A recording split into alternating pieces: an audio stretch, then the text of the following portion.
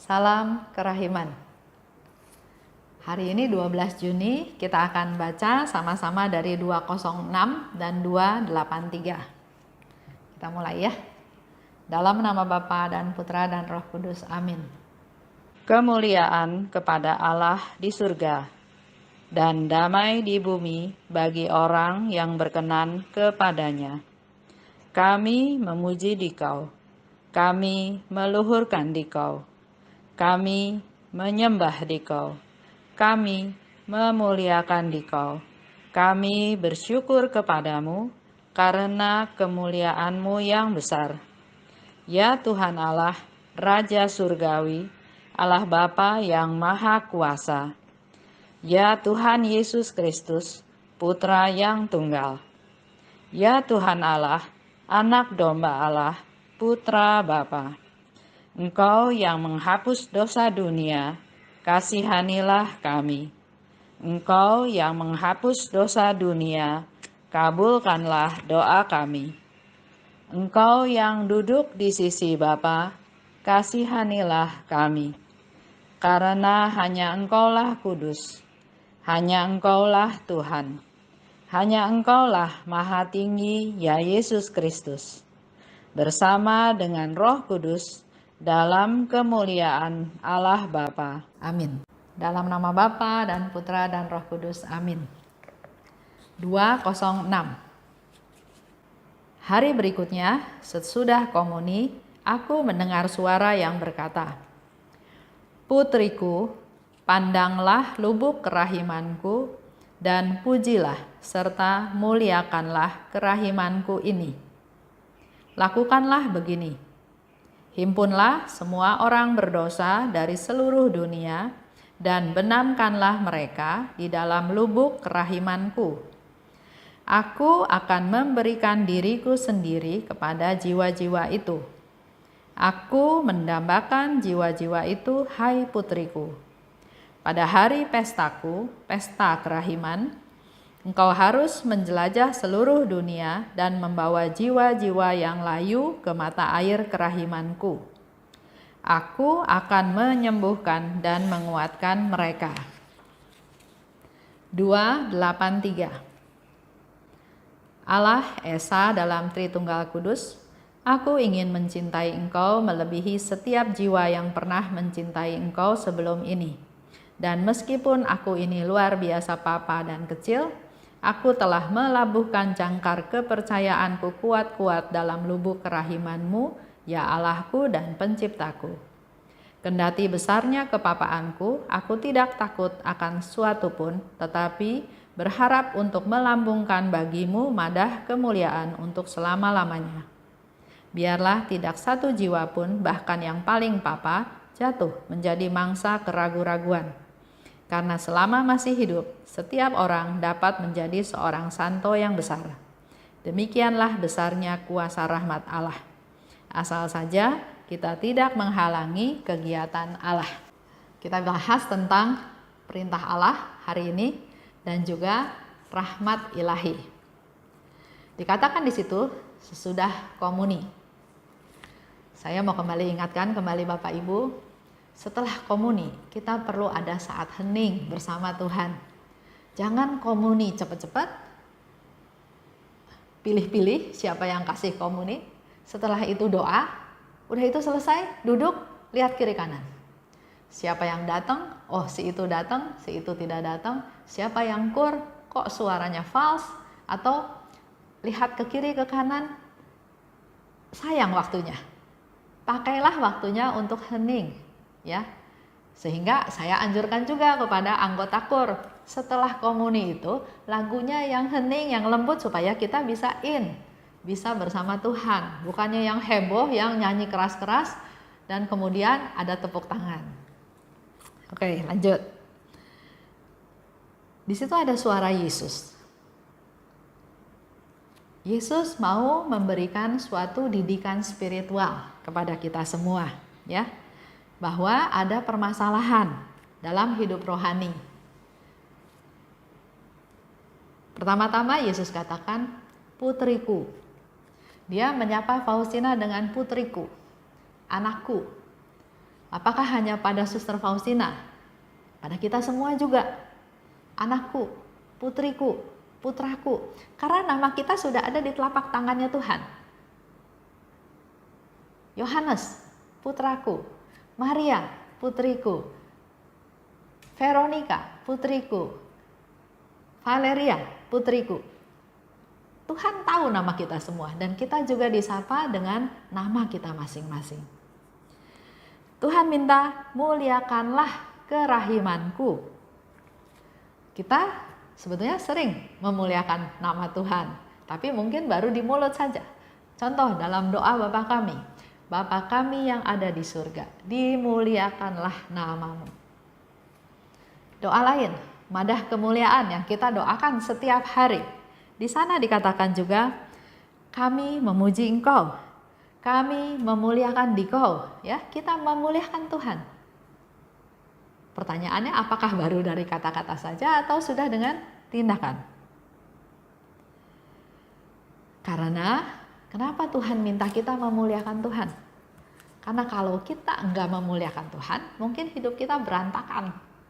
Hidup kita kacau balau, tapi kalau kita sudah difokuskan untuk memuliakan Tuhan, maka sudah terjadi relasi dengan Tuhan, kita diingatkan tentang Tuhan, tentang kebaikannya, tentang firman-Nya, tentang apa yang diminta olehnya. Ya. Dengan memuliakan Tuhan. Jadi tadi yang saya bilang, jadi kita ingat terus-menerus.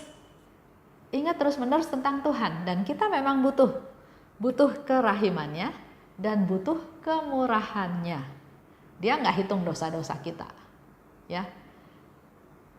Apa yang kita lakukan, kita datang padanya, minta ampun dan dia ampuni. Jadi itu yang kita perlu terus-menerus memuliakan Tuhan. Kedua, kalau kita memuliakan Tuhan, karena kita fokusnya ke Tuhan, otomatis kita juga jadi manusia-manusia yang mulia dalam tanda kutip. Karena kita manusia yang mulia, berkomunikasi dengan Tuhan, berrelasi dengan Tuhan, maka kita mulia menjadi anak-anaknya Dia, menjadi anak-anaknya Tuhan. Dan kalau kita sudah jadi anaknya Tuhan, orang-orang yang mulia dalam tanda kutip, yang harus dilakukan apa? Bukan stop, oh saya anak Tuhan, selesai. Enggak. Apa yang harus kita lakukan sebagai anak-anak Tuhan? Satu, peduli kepada orang yang berdosa. Supaya apa? Supaya orang berdosa itu disembuhkan, dikuatkan, diampuni dosa-dosanya. Sehingga Yesus katakan pada Faustina, memuliakan kerahimanku dengan cara apa? Lakukanlah ini, ya. Lakukanlah begini. Jadi Yesus juga ajarin kita bagaimana caranya memuliakan Tuhan. Lakukanlah begini. Himpunlah semua orang berdosa dari seluruh dunia dan benamkanlah mereka dalam lubuk kerahimanku. Memuliakan Tuhan dengan cara menghimpun seluruh umat manusia yang berdosa dan benamkanlah mereka dalam lautan kerahiman Tuhan. Jadi kita punya tugas. Tugasnya apa? Adalah membawa seluruh umat manusia di dunia untuk kenal kerahiman Tuhan. Untuk kita juga memenuhi kerinduannya Tuhan, di mana Tuhan ingin semua orang berdosa dibawa kepada Dia, ya. Di sini dikatakan kan, himpunlah semua orang berdosa dari seluruh dunia dan benamkanlah mereka di dalam lubuk kerahimanku. Tuhan punya keinginan seluruh umat manusia yang berdosa dibawa kepadanya dan benamkanlah. Dan kalau kita lakukan itu, berarti kita memenuhi kerinduan Tuhan untuk menghimpun manusia berdosa. Janjinya Yesus, apa yang dikatakan? Aku akan memberikan diriku sendiri kepada jiwa-jiwa itu. Aku memberikan diriku sendiri. Seluruhnya Tuhan Dia berikan kepada jiwa-jiwa tersebut. Harapannya Suster Faustina adalah, biarlah tidak satu jiwa pun, bahkan yang paling papa, jatuh menjadi mangsa keraguan-raguan. Banyak ya, dalam hidup kita sehari-hari, orang yang hidup dalam keraguan-raguan. Kalau saya lakukan ini benar nggak ya? Kalau saya nggak lakukan nanti Tuhan marah nggak ya? Dan Faustina katakan, jangan satu jiwa pun, bahkan yang paling papa, jatuh menjadi mangsa keraguan-raguan.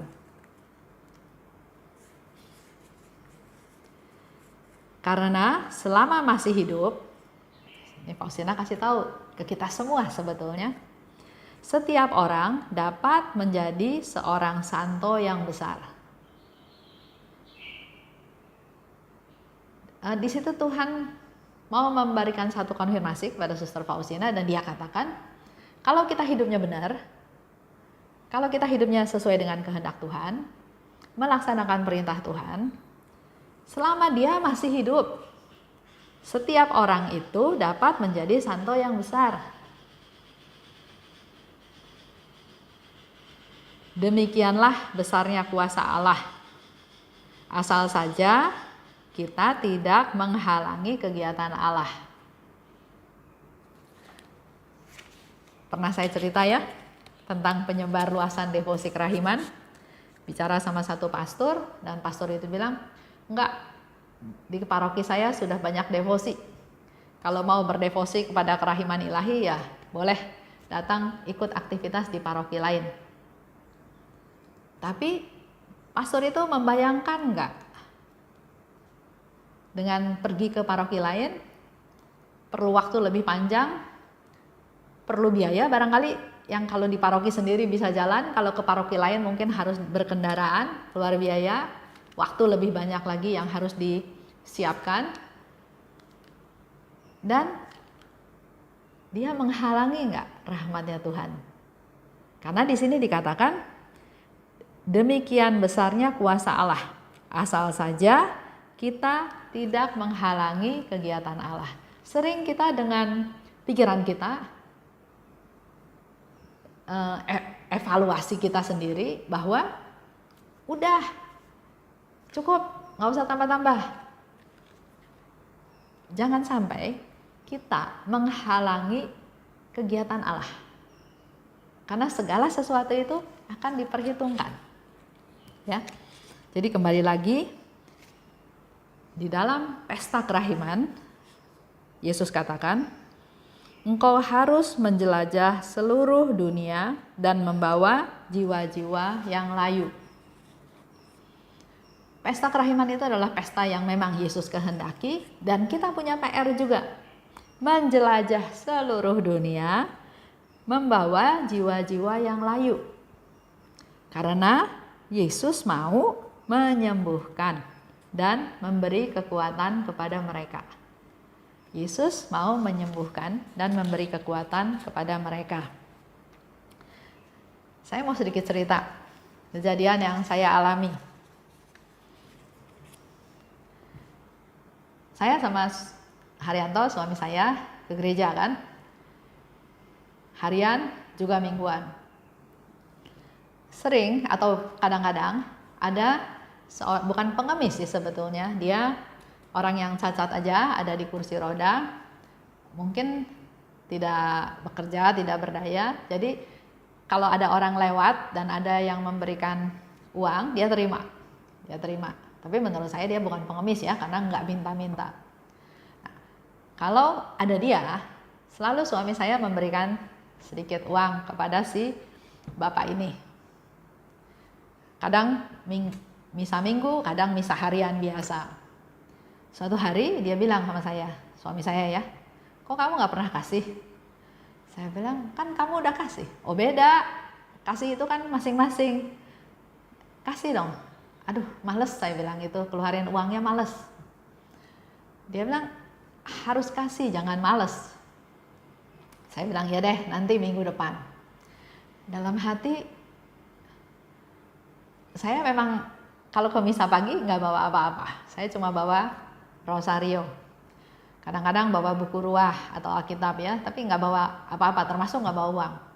Jadi saya nggak siap untuk memberi. Jadi saya bilang ya deh nanti minggu depan. Tapi itu nggak tulus, karena diingatkan, karena disuruh, daripada diomelin terus, ya udah minggu depan saya bilang itu. Apa yang terjadi? 1 minggu kemudian saya lihat ada kursi rodanya, ada kotak, tapi udah nggak ada si bapak itu. Saya kaget, jadi saya tanya, mana nih si bapak ini? Oh, sudah meninggal Bu bapaknya.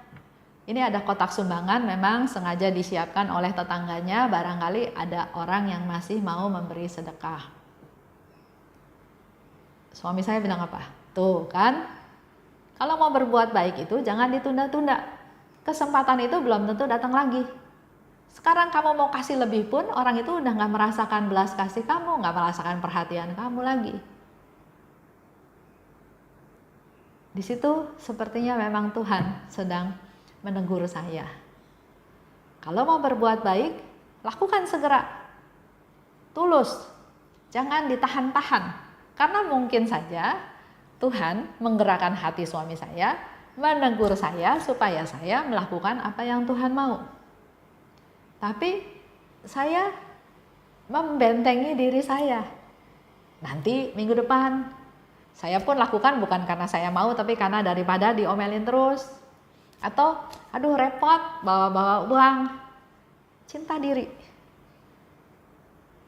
Ini jadi satu teguran buat saya bahwa suatu perbuatan baik itu pertama jangan ditunda. Karena kalau ditunda, kesempatan itu hilang, bahkan dia udah gak perlu lagi perbuatan baik saya. Kalau filmnya saya ulang ke belakang, mungkin Tuhan mau memberikan suatu kebaikan kepada si bapak itu melalui kita yang lewat, supaya dia bisa bersyukur, bisa berterima kasih, karena dia mau memberi penghiburan kepada si bapak ini. Ada satu cerita ya, nanti saya coba tutup cerita ini dengan ada pengemis ketok-ketok biaranya Suster Faustina. Waktu itu di Polandia tuh ya, kalau lagi dingin sekali, bahkan sampai sekarang saya dengar begitu dinginnya, bahkan orang masih bisa ada yang meninggal gara-gara kedinginan, karena kemiskinan, karena begitu dinginnya. Nah, waktu itu pengemis itu datang, ketok-ketok, dia dengan bertelanjang kaki, dengan baju yang compang-camping, dia datang minta makan karena belum makan. Yang jaga pintu waktu itu adalah Suster Faustina. Dia lihat, kasihan, tapi di biara itu ada aturan. Jam makan ada jamnya. Setelah itu udah dapur itu tutup. Tapi Faustina pikir ini orang kasihan, harus dibantu karena dia kelaparan. Jadi dia oke lah, saya langgar aturan. Nanti mau dihukum lah, urusan belakang. Tapi saya harus tolong orang ini dulu. Jadi dia ke dapur, dia mencari-cari apa yang masih bisa dikasih. Setelah dia lihat-lihat ternyata masih ada sedikit sop. Dan dia ada lihat juga ada sedikit remah-remah roti. Dipanasin, dikasihlah ke pengemis itu. Jadi 1 mangkok. Setelah selesai makan, mangkok itu dikembalikan pada Suster Faustina. Pada waktu mangkok itu diterima kembali oleh Suster Faustina, terjadilah perubahan. Di mana wajah pengemis itu udah nggak ada lagi. Yang ada adalah wajahnya Tuhan Yesus. Faustina kaget, mempertegas penglihatannya, dan bayangan itu hilang. Di situ Faustina mendengar kata-kata ini. Yesus bilang, dia sengaja datang karena dia ingin menikmati manisnya pelayanannya Suster Faustina. Karena ternyata banyak orang yang datang ketemu Faustina, dilayani oleh Faustina, dan mereka pulang dengan rasa syukur. Mungkin bilang terima kasih ya pada Suster Faustina karena sudah dikasih makan atau dilayani. Tapi ternyata rasa syukur itu naik sampai ke Tuhan. Dan Tuhan ingin merasakan sendiri rasa syukur tersebut. Pelayanan dari Suster Faustina, sehingga dia turun dan dia benar-benar menikmati apa yang Suster Faustina lakukan. Jadi di situ kesimpulannya, kalau kita berbuat baik, rasa syukur orang ini akan sampai ke Tuhan.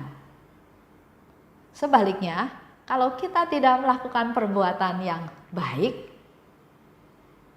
saya yakin saya percaya rasa yang dirasakan oleh mereka pun sampai ke Tuhan. Di dalam pelajaran itu saya ditegur Tuhan. Saya tahu bahwa sesuatu perbuatan baik itu tidak boleh ditunda-tunda, karena di balik setiap peristiwa pasti ada sebab, ada rencana Tuhan. Dan ayo, saya mau ajak Bapak Ibu, jangan males, jangan menunda-nunda perbuatan baik. Karena bisa saja niat kita akhirnya tidak menjadi sesuatu perbuatan baik lagi dengan berjalannya waktu. Kita baik, pujian, rasa terima kasih itu sampai ke tahta Allah. Kita tidak berbuat baik, saya percaya itu pun akan sampai kepada Tuhan.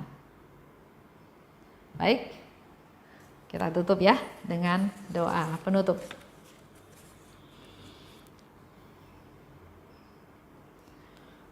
Dalam nama Bapa dan Putra dan Roh Kudus, amin. Allah Bapa yang Maha Murah, terima kasih atas kasih-Mu, atas pengajaran didikan spiritual yang Engkau berikan kepada kami.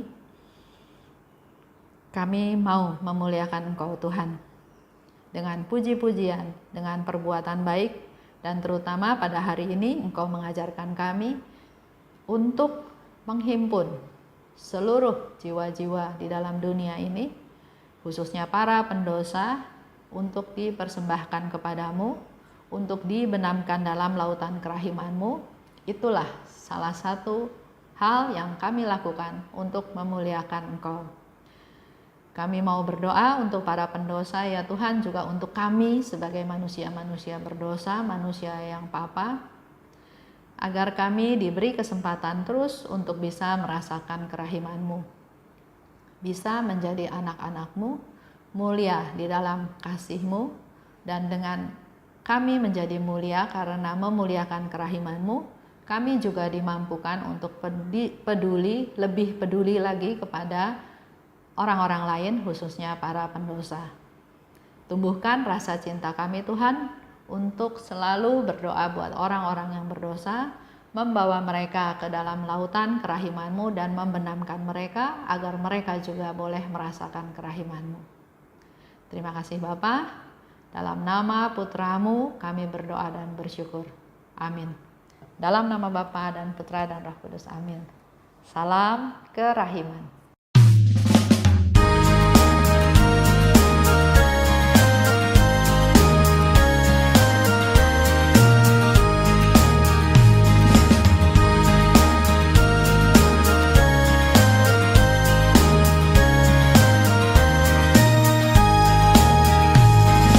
Berbahagialah jiwa yang menyerukan kerahiman Tuhan. Jiwa itu akan dibela oleh Tuhan sebagai kemuliaan-Nya.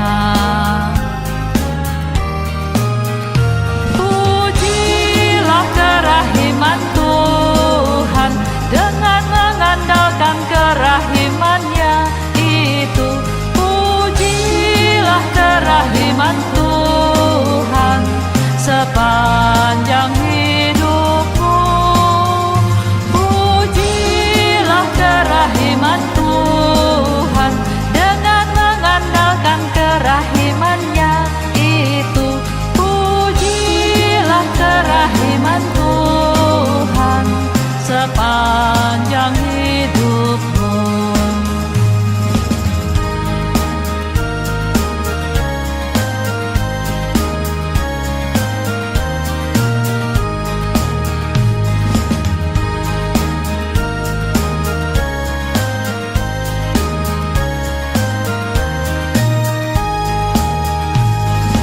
Berbahagialah jiwa yang menyerukan kerahiman Tuhan.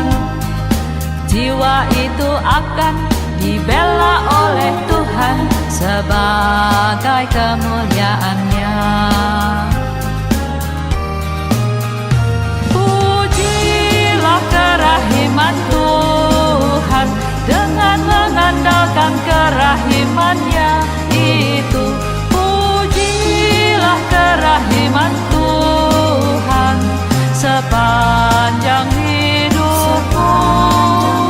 Pujilah kerahiman Tuhan, dengan mengandalkan kerahiman-Nya itu. Pujilah kerahiman Tuhan sepanjang hidupmu. Pujilah kerahiman Tuhan, dengan mengandalkan kerahiman-Nya itu. Pujilah kerahiman Tuhan sepanjang hidupmu. Pujilah kerahiman Tuhan, dengan mengandalkan kerahiman-Nya itu. Pujilah kerahiman Tuhan sepanjang hidupmu. Sepanjang